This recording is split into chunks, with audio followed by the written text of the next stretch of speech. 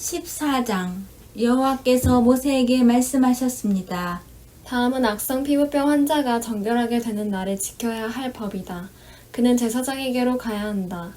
그리고 제사장은 이스라엘의 야영지 밖으로 나가 그를 살펴보아라. 악성 피부병 환자가 그 병에서 나았으면 제사장은 정결 의식을 받아야 할 사람을 위해 살아있는 정결한 새 2마리와 백향목과 주홍색 실과 우슬초를 가져오라고 명령해야 한다. 제사장은 새들 가운데 한 마리를 샘물이 담긴 토기 위에서 잡으라고 명령해야 한다. 그는 나머지 한 마리의 새를 산채로 백향목과 주홍색 실과 우슬초와 함께 가져와 샘물과 섞은 주이 낀 새의 피에 찍어서 그것을 악성 피부병에 걸렸다가 정결하게 드려는 이에게 7번 뿌리고 그를 정결하다고 선언해야 한다. 그리고 살아있는 새를 들판에 놓아 주어야 한다. 정결하다고 선언된 사람은 자기 옷을 빨고 온몸의 털을 깎고 물로 목욕을 해야 한다. 그러면 그는 정결해질 것이다. 그 후에 그는 이스라엘의 야영지 안으로 들어갈 수 있을 것이나 자기의 장막 밖에서 7일 동안 지내야 한다. 그는 제7일에 머리의 모든 털을 깎아야 한다. 곧 그는 수염과 눈썹과 머리카락 모두를 깎아야 한다. 그는 자기 옷을 빨고 물로 모욕해야 한다. 그러면 그는 정결케 될 것이다. 제8일에 그는 흠없는 어린 순양 2마리와 1년 된 흠없는 암양 1마리와 올리브 기름을 섞은 고운 가루 10분의 3 에바와 1로 분량의 올리브 기름으로 곡식제물을 준비해야 한다. 그를 정결하다고 선언한 제사장은 정결 의식을 받아야 할 사람과 그의 예물들을 회막 문 앞 여호와 앞에 두어야 한다.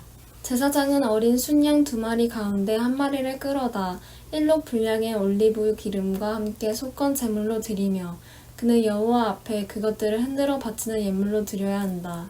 그는 속죄물과 번제물을 잡는 거룩한 장소에서 그 어린 순양을 잡아야 한다. 속죄제처럼 속건 제물은 제사장에게 속한다. 그것은 가장 거룩한 것이다. 제사장은 속건 제물의 피를 조금 가져다 정결 의식을 받고 있는 사람의 오른쪽 귓불과 오른쪽 엄지손가락과 오른쪽 엄지발가락에 발라야 한다. 제사장은 1록의 올리브 기름을 가져다 자기 왼쪽 손바닥에 붓고 오른쪽 검지손가락으로 왼손 바닥 위에 있는 올리브 기름을 찍어 여호와 앞에서 7번을 뿌린다.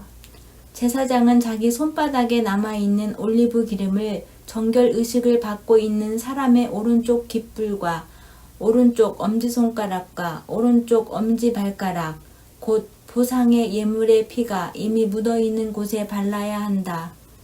제사장은 그의 손바닥에 남아있는 올리브 기름을 정결 의식을 받고 있는 사람의 머리에 부어 여호와 앞에서 그를 위한 속죄를 해야 한다. 제사장은 속죄제를 드려 부정함으로부터 정결케 되는 의식을 받는 사람을 위해 속죄해야 한다. 그 후에 제사장은 번제물을 잡아야 한다. 제사장은 제단 위에 번제물과 곡식 제물을 드려야 한다. 그러면 그는 정결해질 것이다.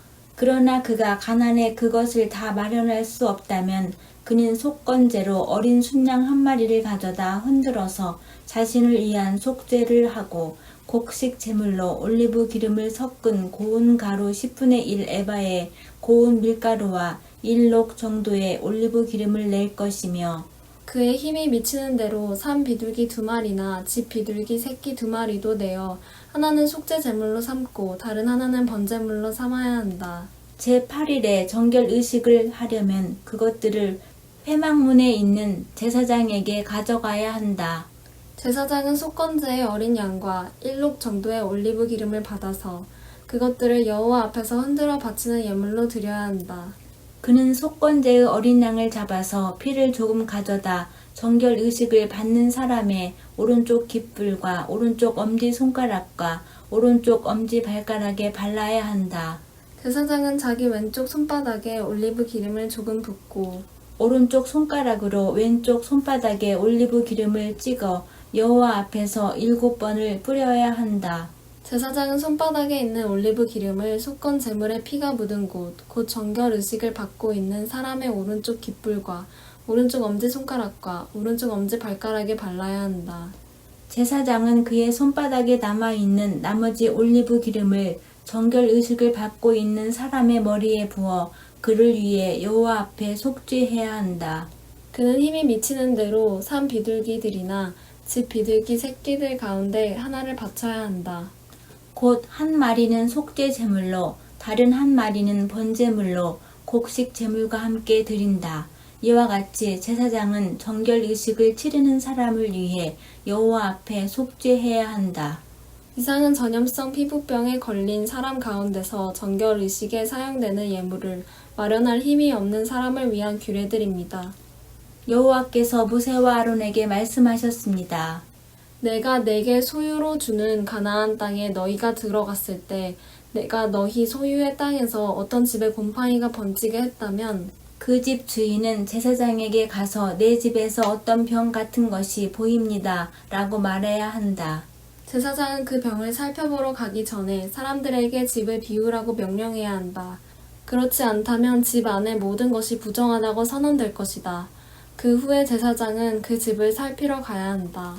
제사장이 그 병을 살펴보아 그 병이 집의 벽에 푸르스름하거나 불구스름한 부위로 나타났고 그것이 벽면보다 움푹 들어가 있는 것처럼 보인다면 그는 집의 문을 통해 집을 나와서 그 집을 7일 동안 폐쇄해야 한다. 제7일에 제사장이 다시 와서 살펴보아 그 질병이 그 집의 벽에 퍼져 있으면 제사장은 사람들에게 오염된 돌들을 떼어내서 도성 밖의 부정한 곳에 던져버리라고 명령해야 한다.